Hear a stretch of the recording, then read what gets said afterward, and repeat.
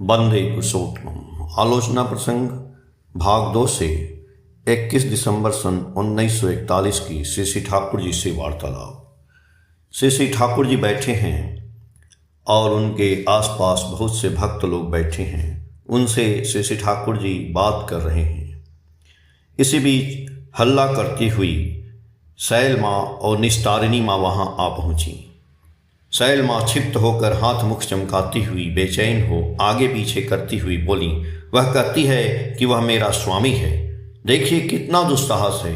छोटी जात की लड़की मेरा स्वामी बनना चाहती है।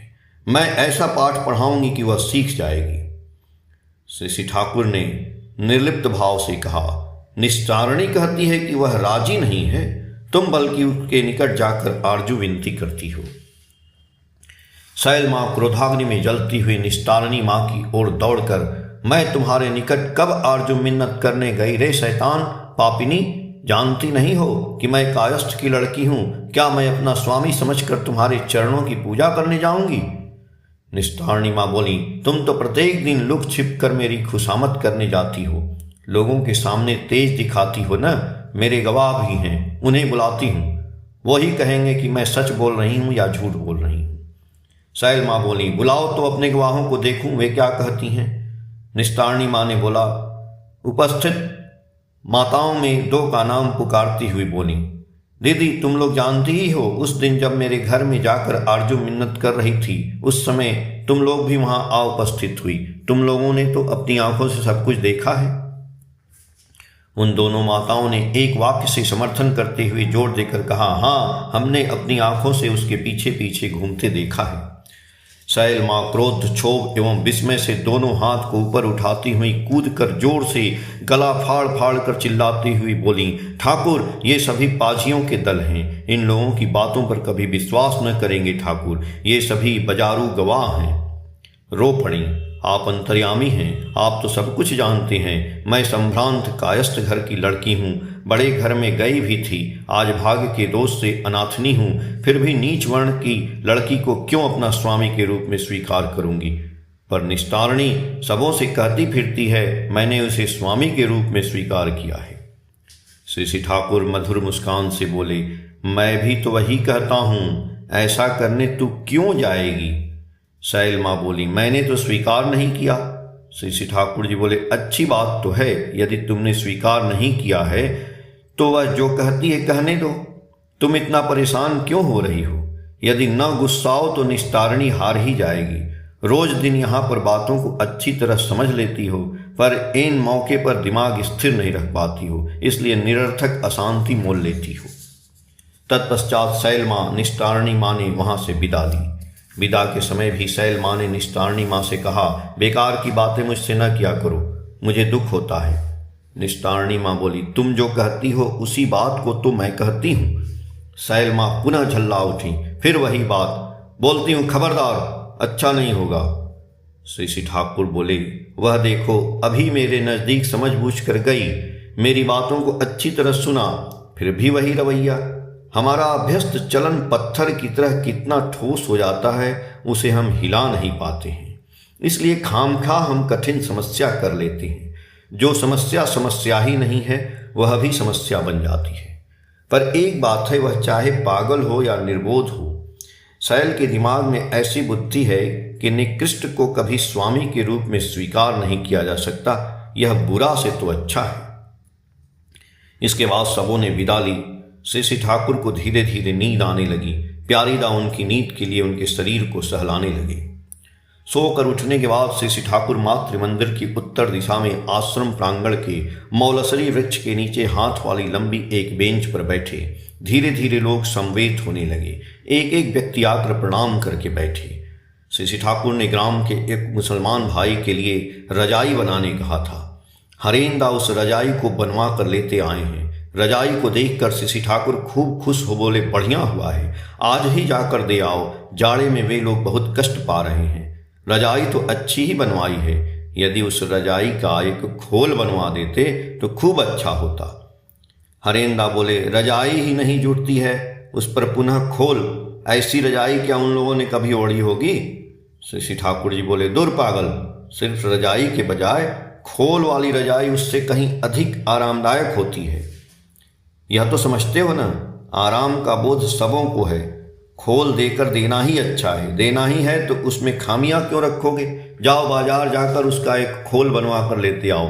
संध्या में खोल सहित रजाई उसके घर पर पहुंचा कर जाओगे। हरेंद्र बोले, अभी मैं रुपए कहाँ पाऊंगा? जब इतने दिन यूं ही कट गए तो एक दिन देर ही होगी तो क्या होगा? मैं अभी शहर से आकर थोड़ा यहाँ आया हूं, मुझे अभी नींद लग रही है। श्री ठाकुर जी बोले, तू साला समझता नहीं है।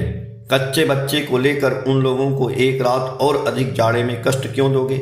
तुम लोगों के रहते एक दिन दुर्भोग भोगने क्यों जाएंगे? साइकिल उठाओ और दौड़ मारो, देखोगे कि तुम्हारी नींद कहाँ काफूर हो जाती है। जब उसका खोल बनवा कर उसके घर पर रजाई पहुंचा कर जाओगे तो देखोगे कि शरीर में कितनी स्फूर्ति आई है। ओ डॉक्टर! किशोरी दास शीघ्रतर आ उपस्थित हुए। श्री ठाकुर बोले, कुछ रुपए उसके लिए संग्रह कर दो ना, रजाई की खोल के लिए, और लेते आओ। देर न करो, संध्या होते न होते खोल बनवा कर देते आओगे। 5 मिनट के अंदर किशोरी कुछ रुपए लेते आए और हरेंद्र को देते हुए बोले, यह ले जाओ और कुछ रुपए लगे तो मुझसे ले लेना। श्री ठाकुर इस बार हरेंद्र की ओर देखकर हंसते हुए बोले, जाओ तूफान मेल चला दो। हरेंद्र तैयार हो गए। श्री ठाकुर बोले, किंतु रास्ते में गाड़ी घोड़ा मनुष्य गाय को देखते हुए तेज रफ्तार में चलाना। हरेंद्र ने अच्छा कहकर विदा ली।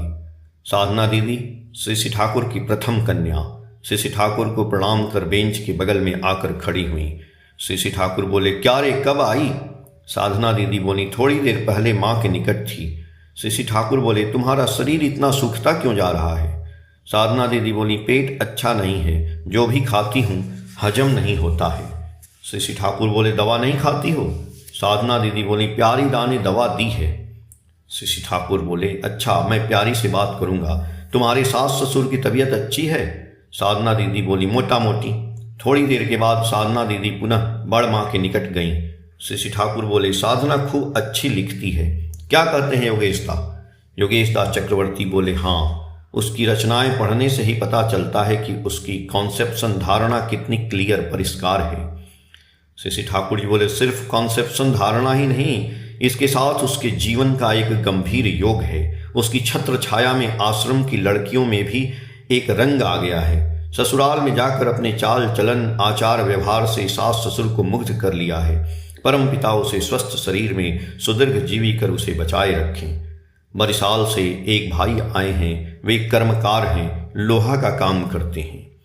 श्री ठाकुर ने उससे कहा, सिर्फ उदर पूर्ति करके ही खुश हो बैठे न रहो, खूब अच्छी तरह काम सीखोगे।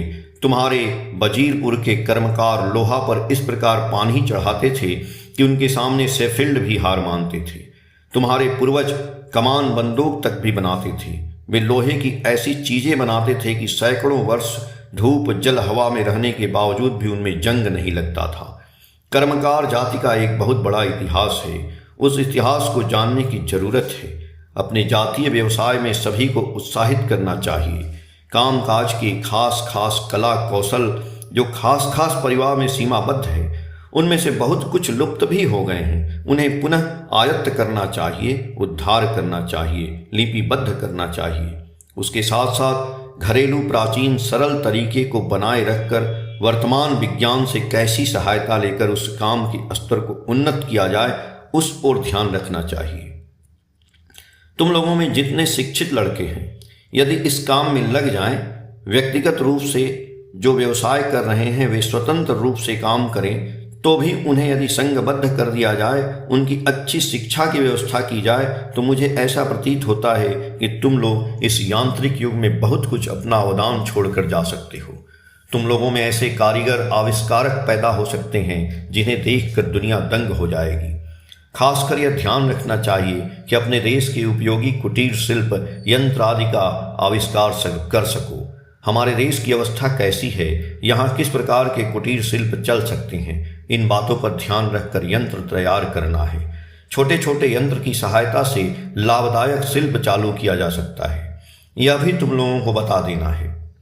यदि संभव हो तो मिलित चेष्टा से विभिन्न स्थानों में शिल्प के लिए सस्ते में वैद्युतिक शक्ति के संचार की व्यवस्था करनी होगी। वैद्युतिक शक्ति के बिना भी जिससे यंत्रों को लाभजनक तौर पर प्रचलित किया जा सके उस ओर लक्ष्य रखना है। कहने का सार यह है कि वैद्युतिक या वाष्प शक्ति के बिना भी तुम लोग जिससे व्यवसाय क्षेत्र में सारी दुनिया का टक्कर ले सको, वैद्युतिक या वाष्प शक्ति की सृष्टि का प्रयोग वर्तमान काल में सर्वत्र संभव नहीं होगा। इसीलिए ऐसा मैं कह रहा हूँ। यदि इन कामों को तुम लोग कर सको तो देखोगे तुम लोग ही देश के पुनर्जीवन के अग्रदूत बन जाओगे। बेला बीत चली है। बरिशाल के कर्मकार भाई के साथ बातें करने के बाद शेषी ठाकुर तंबाकू पीने लगे। बाद में बोले, चलो टहलने चलें। यह कहकर शेषी ठाकुर उठ गए और टहलने लगे। आश्रम के सामने से बांध के निकटतम सीढ़ी से उतरकर घर में आए। साथ में कतिपय व्यक्ति थे। पश्चिम दिशा में सूर्य अस्ताचल पर है। उसकी लालिमा पश्चिम दिशा में फैल गई है, जिसकी आभा में झील के पानी का दृश्य बहुत मनोरम लग रहा है। रेतीले मैदान में हरियाली चीजें अभी कुछ नहीं है। बड़े मैदान कहीं रिक्त तो कहीं धूसर लग रहे हैं। कहीं कहीं 2-4 गायें, बकरियां इत्यादि चर रही हैं। झील के उस पार जहां पानी है वहां बगुलों का एक झुंड शिकार की खोज में भटक रहा है। आश्रम के निकट बांसबाड़ी में कुछ ग्राम्य पक्षियां चहचहा रहे हैं। चारों ओर निस्तब्धता छाई है।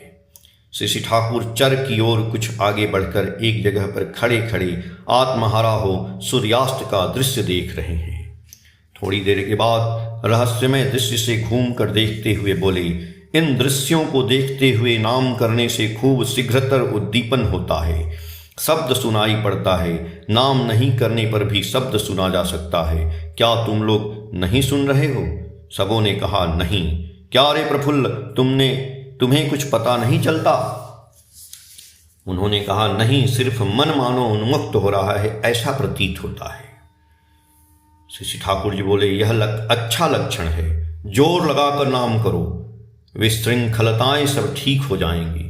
सृष्टि रहस्यमय का मानचित्र उद्घाटित हो जाएगा। ओरे बाबा, शेषी ठाकुर का शरीर सिहर उठा।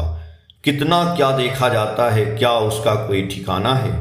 लाख कोटि जीवन का चित्र देखते हुए आगे बढ़ना पड़ता है। दुनिया का जीवन तथा तुम्हारा जीवन अनंत अतीत एक एक पर्दा की तरह उद्घाटित होता है। प्रचंड अनुभव के दबाव में पड़कर फट जाना चाहता है।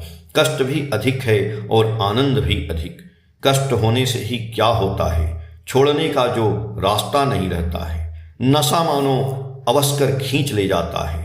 नाम भी एक नशा होता है। वही नशा गर्दन पर सवार होकर नाम करा लेता है। नाम नहीं करूंगा यदि यह सोचोगे तो भी नाम तुम्हें नहीं छोड़ पाएगा। वह नशा तुम्हें राहु के जैसा ग्रास कर लेगा। उसके शिकंजे से रिहाई नहीं पा सकोगे। कुप्रवृत्ति जिस प्रकार मनुष्य को धर दबाती है, उसी प्रकार सुप्रवृत्ति भी धर दबाती है। नाम करते करते देखोगे कि नाम तुम लोगों को धर दबा लेगा। जब नाम धर दबा लेगा तो और कोई चिंता नहीं। ऐसी अवस्था पर पहुंचने के लिए पहले चेष्टा करके नियमित नाम करना चाहिए। आग्रह सहित नाम करने से अंतर में ठाकुर जाग उठते हैं। जब वे जाग उठते हैं तो वे हर समय केवल असल ठाकुर की ही खोज करते हैं। उसकी सेवा, उनका यत्न, उनका स्मरण, उनका मनन, उनकी पूजा, उनकी प्रीति, उनकी प्रतिष्ठा आदि के सिवाय और किसी में समय नहीं कटता। दुनिया की और सभी चीजें निरर्थक और व्यर्थ मालूम पड़ने लगती हैं। जो कुछ उनकी परिपूर्ति करता है, प्रीत करता है, उन कामों में हजारों कष्ट क्यों न उठाना पड़े, वहां किंतु वह एक ही पैर पर खड़ा रहता है। और जो ठाकुर के विरुद्ध है, वह चाहे लाख सुखकर और आरामदायक तथा आकर्षणकारी क्यों न हो, तो भी वह अपनी जगह पर काठ की तरह अडिग रहता है। एक डेग भी उस ओर आगे नहीं बढ़ाता है। बातें करते करते शेषी ठाकुर आश्रम की ओर आगे बढ़े। चेहरे पर आनंद की आभा है। बातों में ईश्वर मत्तता का एक अनिर्वचनीय अनुरणन है जो दिल को पागल बना देता है, श्री भगवान के लिए व्याकुल बना छोड़ता है। टहलते हुए बीच बीच में खड़े हो जाते हैं और एक एक व्यक्ति की ओर देखते हुए ऐसी बात करते हैं कि उसके दिल में वह बात बिध जाती है। कहते हैं, साला दुनिया में सभी पागल हैं। स्त्री, नाम, काम, रुपए, पैसे, पांडित्य आदि कितनी चीज़ों के लिए मनुष्य पागल बन जाते हैं, किंतु असली चीज के लिए मनुष्य पागल बनना नहीं चाहता है। उनको पाने पर कुछ भी अप्राप्य नहीं रहता। पाने का अर्थ है वैसा बनना। इसको अपने दिल में बैठाकर अपने वैशिष्ट्य अनुसार तुम जो भी बनोगे वही है तुम्हारी इष्ट प्राप्ति। इसी इष्ट के लिए जब मनुष्य पागल होता है तभी वह प्रकृतिस्थ होता है। उसके पहले मनुष्य थोड़ा बहुत अप्रकृतिस्थ जीवन यापन करता है। यहाँ जो प्रकृति के जितना अधीन है वहाँ वह उतना ही अप्रकृतिस्थ है। ऐसी असंगति है कि हम बात को स्वयं पकड़ नहीं पाते हैं। यदि उससे कोई कहता भी है तो वह कार्य कारण दिखाकर उसे ही सपोर्ट समर्थन करता है। पर जो सद्गुरु ग्रहण कर उस पथ पर थोड़ी दूर भी चलने की चेष्टा करते हैं उन्हें सबसे बड़ा लाभ यह होता है कि वे अपनी भूलों को थोड़ा बहुत पकड़ पाते हैं। भूल को जो भूल समझता है उसके लिए भूल सुधारना बहुत आसान है। आलोचना प्रसंग भाग 2 से पेज संख्या 152 से 159 तक। जय गुरु।